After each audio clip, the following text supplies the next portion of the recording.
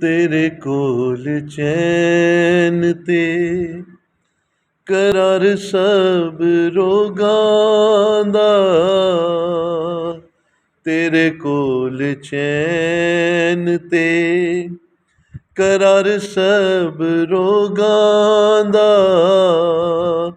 ਤੂੰ ਯੂੰ ਇੱਕ ਆਸਰਾ ਏ ਦੁੱਖ ਭਰੇ ਲੋਕਾਂ ਦਾ। ਤੇਰੀਆਂ ਨੇ ਲੋੜਾਂ ਸ਼ਾਫੀ ਮੇਰੇ ਮੁੱਕੇ ਸਾਵਾਂ ਨੂੰ। ਬਖਸ਼ ਦੇ ਮੈਨੂੰ ਯਿਸੂ, ਸੁਣ ਲੈ ਸਦਾਵਾਂ ਨੂੰ। ਸਿਰ ਦਿਆਂ ਵਾਲਾ ਨਾਲੋਂ